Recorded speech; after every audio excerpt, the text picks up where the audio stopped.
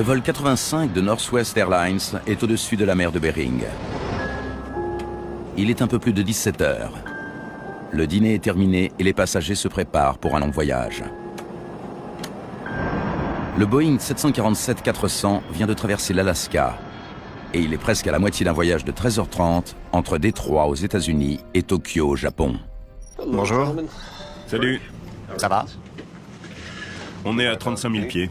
Le commandant John Hanson est pilote et instructeur sur Boeing 747. Après 6h30 de vol, il s'apprête à passer le relais. Sur les vols long courriers, il n'est pas rare qu'il y ait deux équipages. Le voyage était assez long pour qu'il y ait un équipage renforcé. 2 commandants et 2 copilotes. Ils alternent pour éviter la fatigue. Sonnez 20 minutes avant que je prenne le relais, d'accord?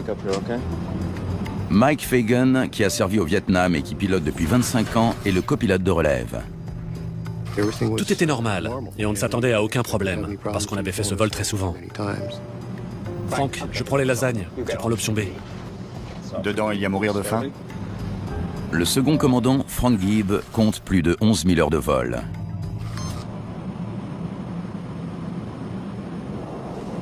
Surnommé le roi des cieux, cet avion dispose d'une cabine de repos pour le personnel navigant technique.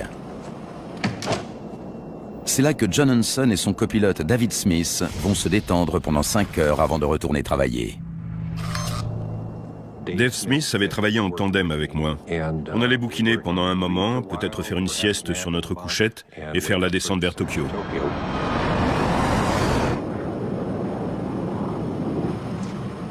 T'as pas faim? Non, ça va.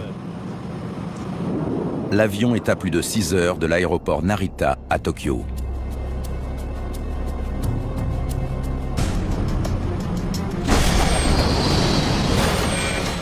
Brusquement, l'avion a pris un fort roulé à gauche, passant à 35-40 degrés d'inclinaison. Apparemment sans raison, les pilotes ont perdu le contrôle de leur 747.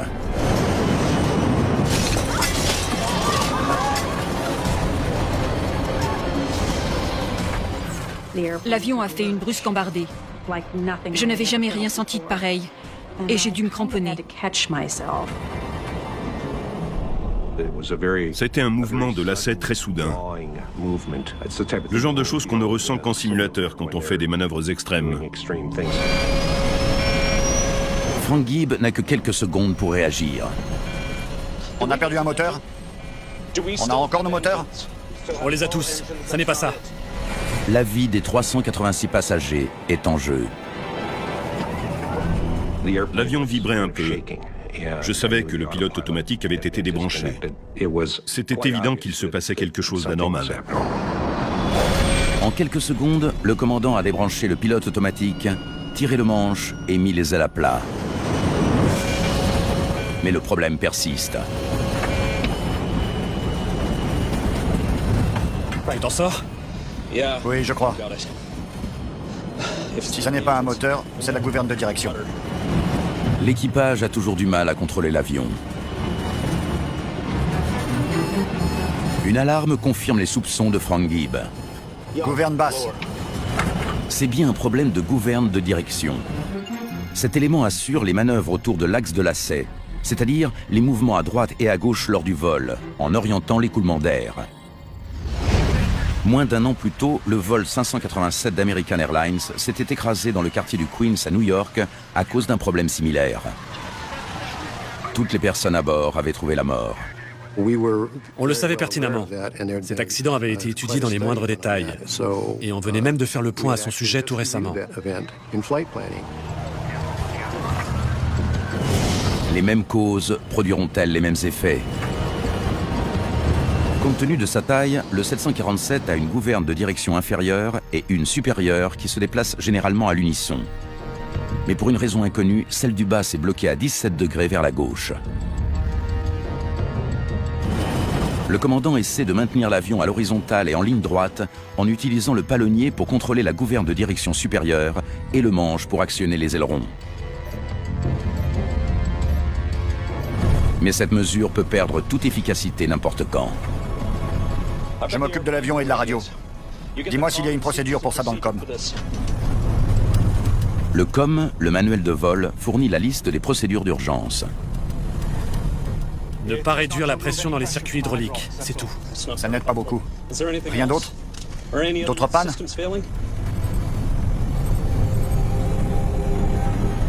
Pas pour le moment. Les circuits hydrauliques contrôlent plusieurs éléments importants dont la gouverne défectueuse. Une panne s'avérerait catastrophique. On est loin de Narita? À environ 6 heures. Voler aussi longtemps sans avoir la pleine maîtrise de l'avion est très risqué. P3, fais-les revenir. Normalement, quand on est dans sa couchette, on entend le P3 qu'au changement d'équipage. S'il se déclenche à l'improviste, ça veut dire « Revenez, il se passe quelque chose de pas ordinaire ». Anchorage est à 2 heures derrière nous. Appelle et déclare une urgence. On fait demi-tour. Anchorage, Nord-Ouest 85. Mais l'appel ne passe pas. Anchorage, Nord-Ouest 85. Les communications des centres de contrôle du trafic aérien ont une portée limitée. Au-dessus de l'océan et entre deux continents, l'équipage est dans une zone blanche et personne ne sait qu'il a des ennuis. Les passagers n'ont aucune idée de l'ampleur du problème et beaucoup imputent la brusque embardée à des turbulences. Essaie de contacter le 19. Ce vol se trouve plus près de l'Alaska. Nord-Ouest 19, Nord-Ouest 85. Mais le signal est faible. Nord-Ouest 19, Nord-Ouest 85. Nord-Ouest 19, parlez. On a une urgence. Pouvez-vous prévenir Anchorage? Reçu, attendez. Bon. Demi-tour. L'avion entame un grand virage sur sa droite.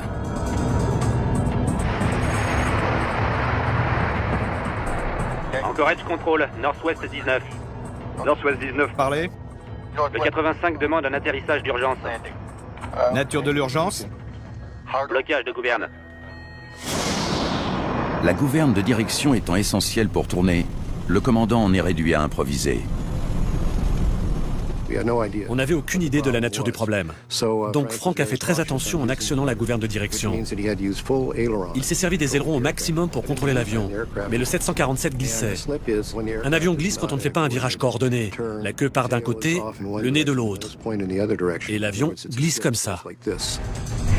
Comme un pilote automobile dans un virage, Frank Gibb est sur le point de perdre le contrôle. Allez. Qu'est-ce qui se passe? On a déclaré une urgence et on rentre à Anchorage. Des alertes? La gouverne de direction inférieure est bloquée à 17 degrés à gauche. On ignore pourquoi et elle ne répond plus. Il reste encore à savoir s'il n'y a pas autre chose qui cloche. Il fallait se servir des deux mains pour piloter. À ce moment-là, on ne savait pas si la gouverne de direction allait casser. On savait juste qu'elle nous lâchait. Comme une telle défaillance n'est encore jamais arrivée, les pilotes n'ont pas été formés pour y faire face. Il n'y a pas de procédure. Et le COM n'est d'aucune utilité.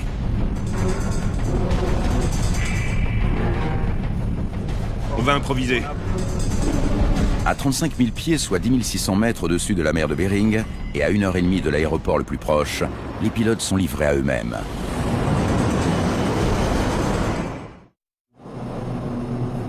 Pour les 386 passagers du vol 85, l'angoisse suscitée par le brusque plongeon est déjà oubliée. Aucun d'eux n'a conscience du drame qui se joue dans le poste de pilotage.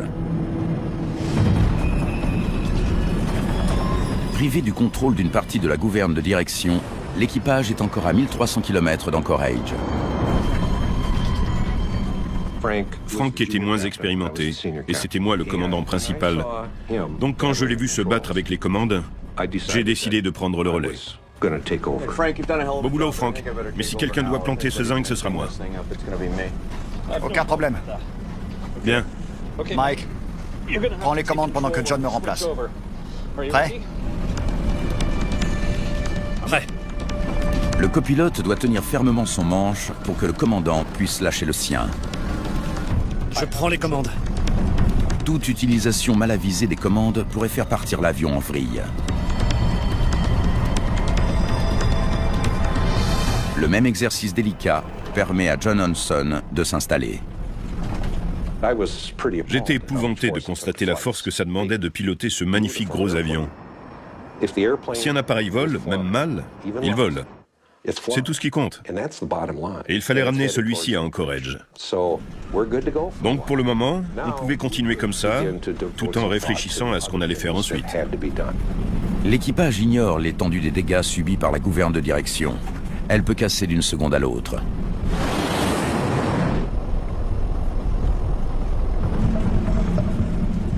À croire que cette fichue gouverne veut se barrer. On annonce quoi? On avait décidé de prévenir les passagers. Il nous fallait donc une liaison avec la cabine, et Frank s'est proposé. Plus les gens en sauront, mieux ce sera. D'accord. Disons-leur exactement ce qui se passe.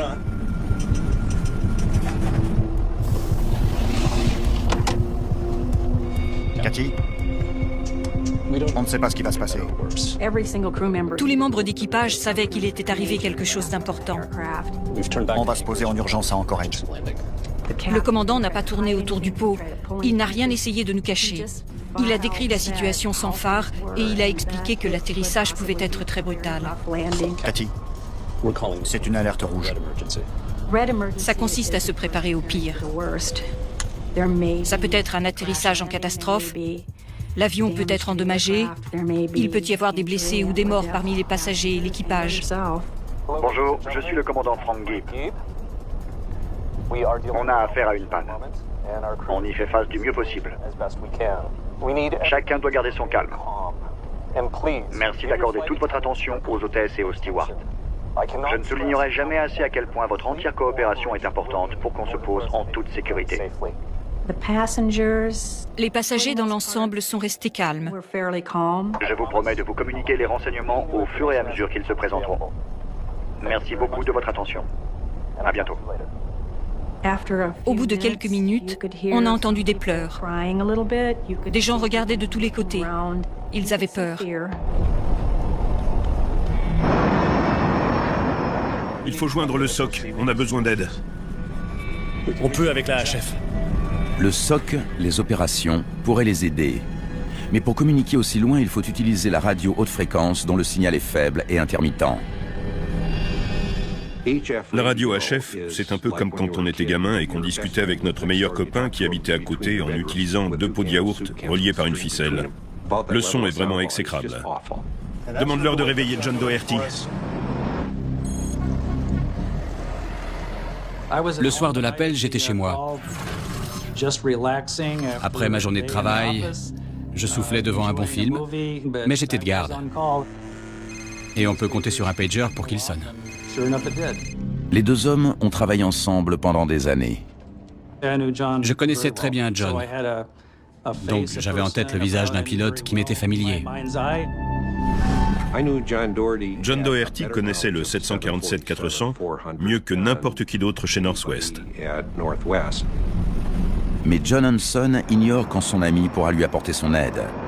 Et maintenir l'avion à 35 000 pieds est de plus en plus difficile. Le volant vibrait parce que tout l'avion vibrait. Il décide de descendre à une altitude où l'air plus dense fournira plus de portée. Tu es prêt? Prêt. Mais avec un avion endommagé, cette manœuvre des plus banales n'est pas sans risque. Bon. On y va. Il fallait faire très attention, et vu les circonstances, il manipulait les commandes le plus précautionneusement, le plus doucement et le plus délicatement possible. Alors? Toujours pas terrible. On devait faire très attention. Peut-être que la queue allait s'arracher, que la gouverne de direction tenait à un fil, qu'il y avait un problème hydraulique.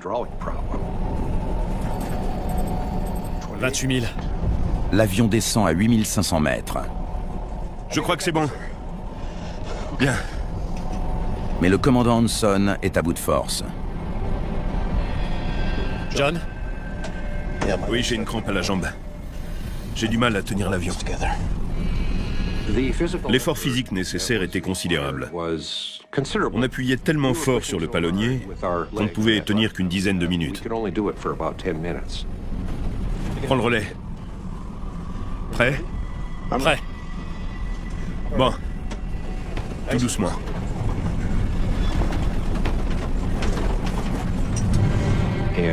C'est Mike qui a pris la relève.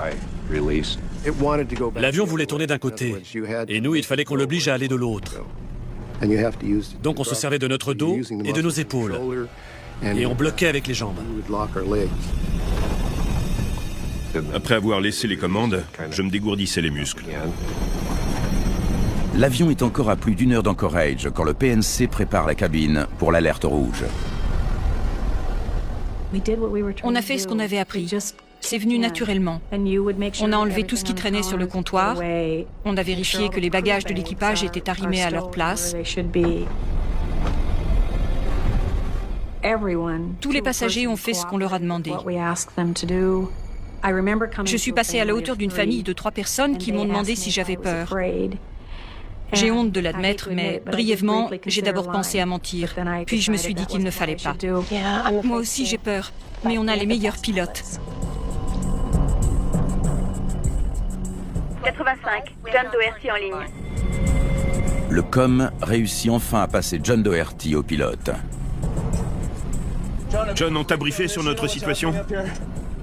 Oui, c'est un problème de gouverne. L'alerte indique blocage gouverne basse. C'était une situation très déroutante.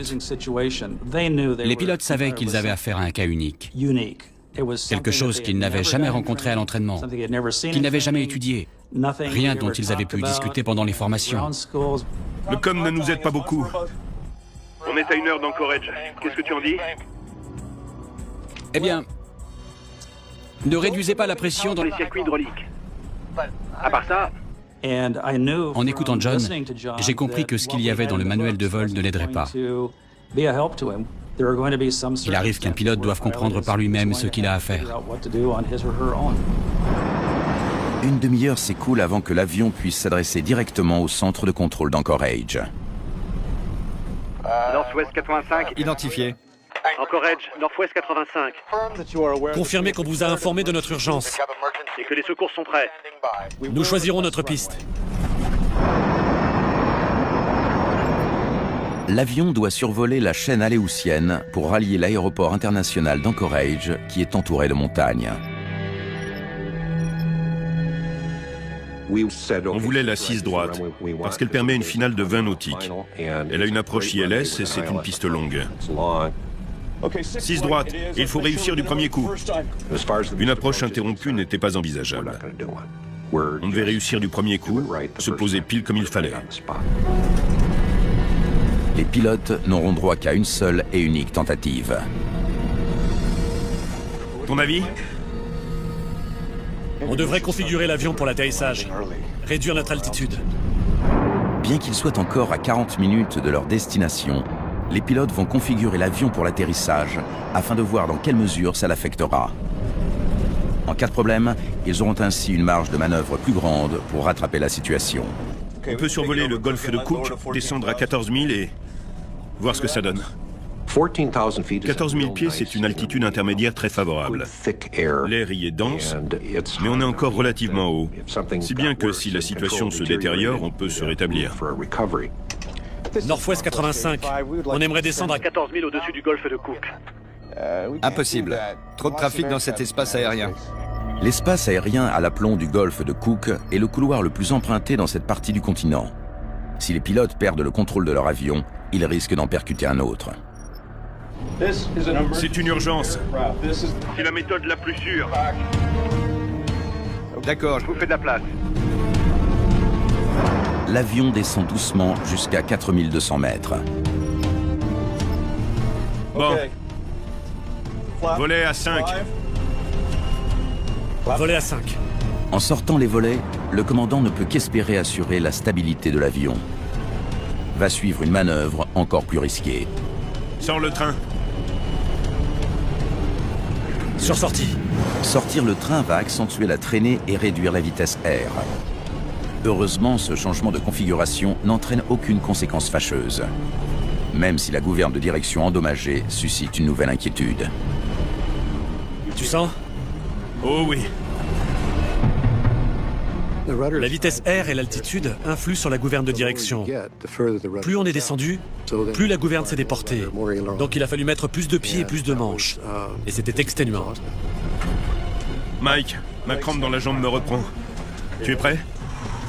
Prêt.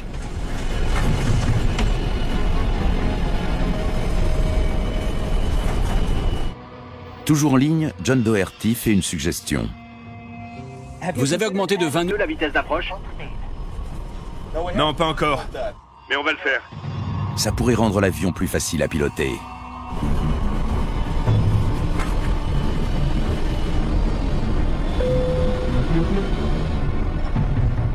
Mesdames et messieurs, préparez-vous à un atterrissage brutal. Quand les roues vont toucher le sol, ça va beaucoup secouer. Je vous dirai quand vous mettre en position de sécurité. À l'approche d'Anchorage, les pilotes et John Doherty se préparent pour un atterrissage difficile. On a discuté du déroulement de l'approche, des problèmes de gouverne, de la gestion de la trajectoire de vol, de la façon dont on allait assurer la conduite pendant le roulage après le toucher des roues, des problèmes pour s'arrêter. Les décisions qu'ils s'apprêtent à prendre peuvent leur coûter la vie, à eux et à leurs passagers. Ça suffit. Utilisons les moteurs. Dave, pousse les manettes des gaz 1 et 2 et tire les 3 et 4. Quelques minutes avant l'atterrissage, les pilotes augmentent la puissance des réacteurs côté gauche et réduisent celle côté droit. Cette poussée dissymétrique devrait maintenir l'avion en ligne droite. Mais comme personne ne connaît l'étendue des dégâts de la gouverne de direction, si cette dernière est arrachée alors que la poussée est inégale, les pilotes perdront totalement le contrôle du 747. Au sol, on se prépare au pire.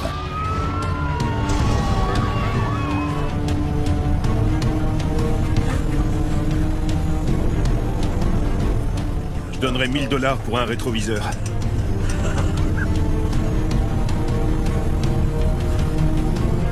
John? Alors? John Doherty, qui épluche manuels et plans en tout genre, les met en garde. N'oubliez pas Que la gouverne de direction est reliée à la roulette de nez. Je m'occuperai du palonnier et des freins, toi du manche. Quand la roulette de nez touchera le sol, la gouverne endommagée pourrait leur faire perdre le contrôle de l'avion à plus de 300 km/h.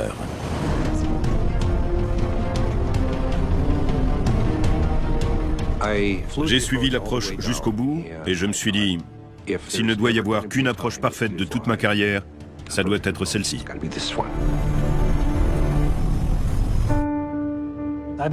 Comme ils n'avaient plus besoin de moi, quand ils ont été autour de 7000 pieds, j'ai interrompu la communication. On se parle après. À bientôt. J'ai souhaité tout ce que je pouvais à John, probablement à demi-mot, à la manière des pilotes, et j'ai raccroché en attendant d'avoir des nouvelles. Tout de suite, la suite. Bienvenue dans une décennie où l'on croyait tout possible.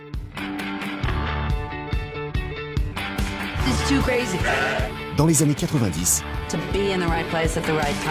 on a adoré nos Friends, pleuré la disparition d'une princesse et célébrer la fierté d'une nation. The 90s, la décennie des connexions, racontée par Patrick Poivre d'Arvor, ce soir à partir de 20h40 sur National Geographic Channel.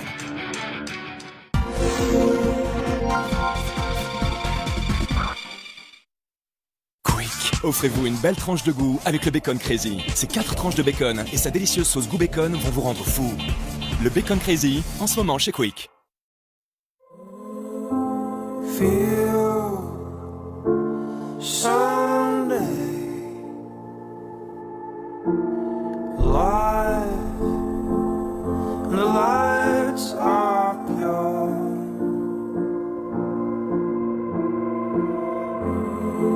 On a tous besoin de chaleur.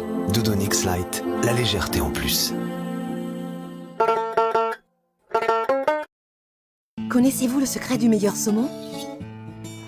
La Norvège.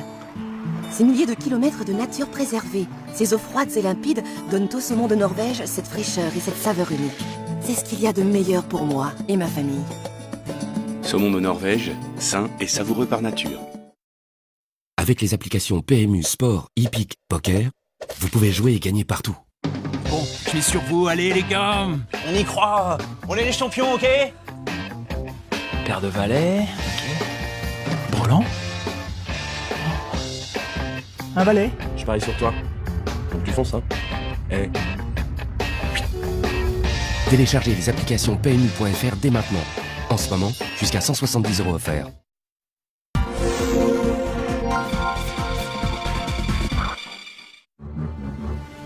Entre les eaux glacées du golfe de Cook et les sommets d'Alaska, l'aéroport international d'Anchorage attend l'arrivée du 747 endommagé.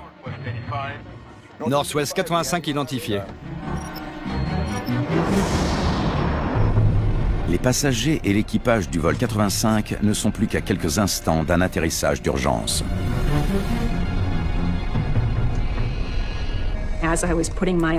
En bouclant ma ceinture, je me suis dit, c'est tout? C'est-à-dire, est-ce que je vais mourir? Est-ce que je serai encore vivante quand tout ça sera fini? J'ai pensé à mes enfants, à mon mari, à mon foyer. Northwest 85, autorisé à l'atterrissage. Secours prêt. Autorisé à atterrir.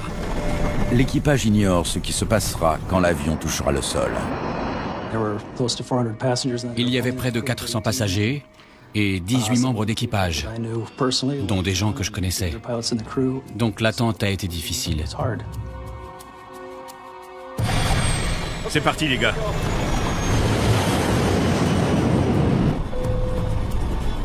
Touchez les roues dans 5 secondes. Préparez-vous.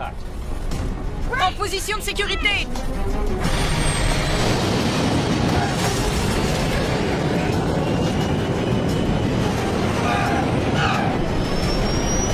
C'est bon? C'est bon. Comme prévu, sitôt le train d'atterrissage au sol, Mike Fagan prend les commandes et John Hanson guide les roues avant. Le timing est capital. En cas d'erreur, c'est la sortie de piste assurée.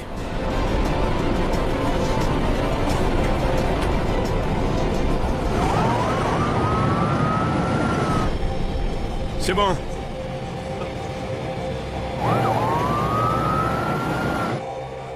Bon boulot, Mike. Bien joué, les gars. On se le refait? Dans le poste de pilotage, tout le monde a poussé un ouf de soulagement. Tous autant qu'on était.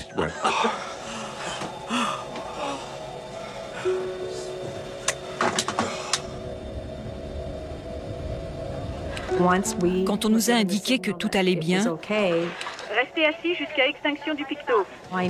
il a fallu que j'aille jusqu'à la porte pour faire sortir les passagers. On a fait ce pourquoi on avait été formés. Et les pilotes ont fait un boulot formidable. Les contrôleurs constatent les dégâts. Pas mal, la gouverne. Ça a dû être une sacrée balade. Une vraie promenade de santé. Près de 2 heures après le début du problème, les 404 personnes qui étaient à bord du 747-400 ont rejoint la terre ferme saines et sauves.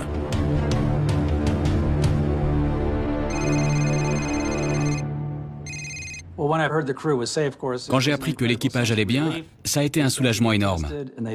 Les pilotes avaient traversé une épreuve et ils avaient fait un boulot fabuleux. C'était un moment de joie, de grâce, de réussite, de bonheur, de satisfaction. C'était formidable. Les pilotes ont évité le pire, mais de justesse. Pourquoi ont-ils perdu le contrôle de leur avion? C'est la question à laquelle il faut répondre. Car Northwest n'est qu'une des nombreuses compagnies à faire voler des 747-400 tous les jours. Dans le monde entier, des milliers de passagers sont peut-être en danger. Caroline Deforge du NTSB, l'équivalent américain du BEA, supervise l'enquête. L'événement a été très spectaculaire. Et il fallait vraiment qu'on se penche dessus et qu'on comprenne ce qui s'était passé. Les enquêteurs découvrent aussitôt une traînée de liquide hydraulique qui fuit à l'arrière de l'avion. On a été très surpris de découvrir de quel type de panne il s'agissait et les effets qu'elle avait eus sur la contrôlabilité de l'avion. Le palonnier est relié à la gouverne de direction via une servocommande hydraulique appelée PCM. Quand un pilote appuie sur les pédales, cet appareil modifie la pression hydraulique, ce qui actionne la gouverne. On a ouvert le panneau d'accès de la queue et on a remarqué que le capuchon de la servocommande s'était arraché. Le capuchon est une pièce circulaire d'environ 6 cm de diamètre. Celui-ci s'était fissuré sur tout son pourtour et il était tombé. Avec un PCM défectueux, il était impossible d'actionner la gouverne de direction inférieure. La défaillance de cette pièce a bien failli faire tomber l'avion. Le PCM est envoyé au siège du NTSB à Washington, où un examen minutieux permet de comprendre pourquoi sa rupture a entraîné le blocage de la gouverne de direction. Quand le capuchon est tombé, le piston qui est à l'intérieur du PCM a pu se déporter plus loin qu'il n'est conçu pour le faire. C'est ça qui a provoqué le blocage de la gouverne de direction. Pourquoi le capuchon a-t-il cassé? Mystère. Il s'agissait certainement de quelque chose que le fabricant n'avait pas anticipé. Quand on a examiné la pièce, on a constaté qu'elle était clairement plus abîmée que ce qu'on constate habituellement. Quand on est ingénieur chargé d'une enquête, on tombe normalement sur un vice de construction, pas sur une défaillance mécanique du boîtier proprement dit. Sylvie Dionne est spécialiste des métaux. Le collecteur était fait d'un alliage d'aluminium, c'est-à-dire de l'aluminium mélangé avec un peu de cuivre, de magnésium et de zinc. L'ajout de ces métaux permet de rendre la pièce plus solide. L'alliage utilisé pour fabriquer cette pièce est extrêmement résistant et ne devrait pas casser de cette manière. Lors de l'analyse d'un problème comme celui-ci, on se sent un peu comme un détective, parce qu'on cherche des indices susceptibles d'expliquer pourquoi le métal a cédé. La taille et la forme de la fissure indiquent que la servocommande s'est cassée à la longue. C'est ce qu'on appelle la fatigue du métal. Mais les spécialistes n'en reviennent pas. Le Boeing 747-400 est conçu pour les vols long courriers de 12 à 15 heures. Et ces pièces sont faites pour résister pendant des dizaines d'années. J'ai cru comprendre que le délai pour qu'une pièce comme celle-ci finisse par casser était de l'ordre de 30 000 ans. En clair, personne ne pensait qu'elle céderait un jour. Le 747-400 est très demandé. La fabrication de ces mastodontes des airs augmente chaque année et tous sont équipés du même PCM que le vol 85. Si cette pièce capitale s'use plus vite que prévu, les enquêteurs doivent comprendre pourquoi avant qu'il ne soit trop tard. Le fait que la fatigue n'ait pas eu d'origine apparente, comme une imperfection ou un défaut, nous a incité à remettre en question les propriétés du matériau du boîtier. Les enquêteurs envoient donc la pièce au fabricant pour qu'il analyse le métal. Les métaux se composent de cristaux que les spécialistes appellent grains. S'ils sont trop petits ou trop gros, ou s'ils n'ont pas la forme voulue, le métal peut alors avoir une solidité, une ductilité et une résistance différentes face à la propagation d'une fissure. L'examen visuel n'apporte aucun éclaircissement sur la raison de la rupture. Une des techniques les plus fiables pour repérer des fissures ou des défauts superficiels, c'est l'examen au traceur fluorescent. La pièce est examinée en lumière ultraviolette et les défauts apparaissent sous forme de lignes ou de points brillants qui sautent aux yeux. Mais ces analyses indiquent que le matériau utilisé pour la fabrication n'est pas en cause. Les enquêteurs ne peuvent donc toujours pas expliquer la rupture.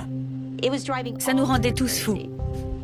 On était très frustrés de voir qu'aucune des pistes qu'on explorait ne nous faisait nous exclamer « Eureka !» Les enquêteurs se demandent alors si un événement dans le passé de l'avion peut expliquer cette cassure. Et les archives contiennent effectivement une surprise. Northwest avait été le premier client du 747-400.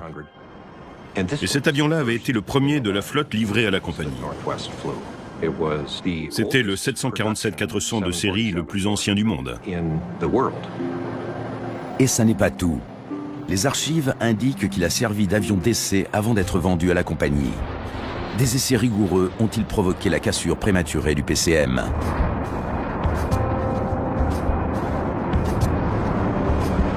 L'avion avait volé pendant 55 000 heures et décollé plus de 7 000 fois, plus souvent que la plupart des autres 747 comptant autant d'heures de vol. Cette découverte oriente l'enquête dans une direction nouvelle. On se demandait s'il n'avait pas été soumis à plus de contraintes que prévu, ce qui avait peut-être provoqué cette défaillance. À chaque fois qu'il décolle et atterrit, un avion est soumis à plus de contraintes que lorsqu'il est en vol. Le problème venait des exploitants en Asie qui utilisent le 747-400 pour du court courrier. Ce PCM étant déjà cassé, on ne peut plus le tester et vérifier ce qui équipe le reste de la flotte est impossible sur le plan pratique. Il aurait fallu clouer la flotte au sol pour retirer toutes les pièces. En guise de mesure préventive, le NTSB émet une recommandation pour inciter les compagnies aériennes à tester les PCM plus rigoureusement et plus régulièrement. On a demandé la mise en place d'un cycle d'inspection récurrente. La cause de la rupture restera un mystère. Tout de suite, la suite.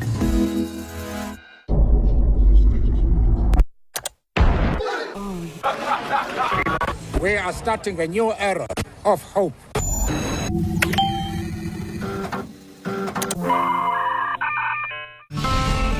Quand tu l'aperçois, c'est toujours un moment très spécial et mystérieux. Pour le défi. Ça peut être une bonne chose, ou ça peut être vraiment brutal. Pour la gloire. Je veux de l'or, j'en veux plein. Pour l'or. Regarde ça, c'est énorme! Une nouvelle saison de Yukon Gold. L'or à tout prix. Tous les lundis à 20h40 sur National Geographic Channel.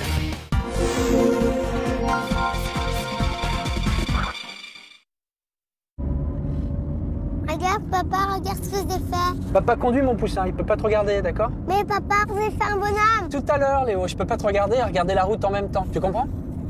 Regarde, papa, j'ai fait une moustache. Non mais Léo, je suis sûr qu'elle est très bien ta moustache, mais je conduis. Je m'occupe de toi, Désespoir.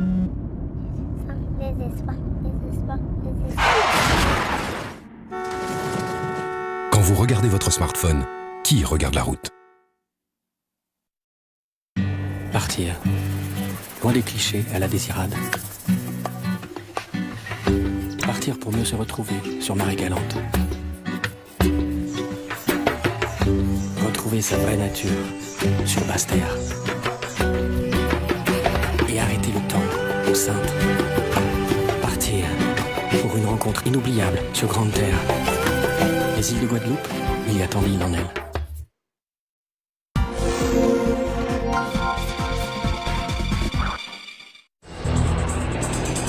Quatre ans plus tard, un avion cargo d'Air France est contraint d'atterrir en urgence, la gouverne de direction inférieure du 747-400 ayant lâché. Les circonstances de cet incident sont étrangement similaires à celles du vol 85. La pièce a été envoyée chez le fabricant en Californie pour réparation. Quand les techniciens ont ouvert la boîte, ils ont ouvert des yeux comme des soucoupes. Ils l'ont mise en quarantaine et ils ont appelé leurs collègues en disant « Vous ne croirez jamais ce qu'on vient de recevoir ». Si le PCM de l'avion d'Air France porte les mêmes traces de fatigue que celui du vol 85, les enquêteurs devraient se rapprocher de la solution. La zone abîmée était au même endroit et on a effectué la plupart des vérifications qu'on avait faites la première fois. Sauf que cette fois, il n'y a aucune trace de fatigue du métal, mais un défaut de fabrication. On a découvert une imperfection dans le bas de la partie filetée. Une marque très nette. C'est de là que la fissure s'était propagée. Si découvrir l'origine de cette défaillance est important, ça n'explique en rien la mésaventure du vol 85. Était-ce dû à une surcharge, à une rupture progressive, à une exposition à un élément extérieur? Si on ne découvre pas le pourquoi, on ne peut pas proposer de mesures rectificatives. Et pour un enquêteur, c'est frustrant. Pour la deuxième fois, une pièce qui n'aurait jamais dû s'user a bien failli provoquer l'accident d'un 747-400. L'un des deux incidents n'ayant toujours pas été expliqué, les enquêteurs doivent impérativement trouver un moyen de protéger les passagers. C'est parti les gars! 4 ans après l'atterrissage d'urgence du vol Northwest 85 à Anchorage, la cause de la rupture de la gouverne de direction du 747-400 reste un mystère. Et la même pièce vient de casser sur un autre avion. Le prochain incident pourrait finir plus mal. On ignore toujours la cause première de la défaillance sur le vol 85.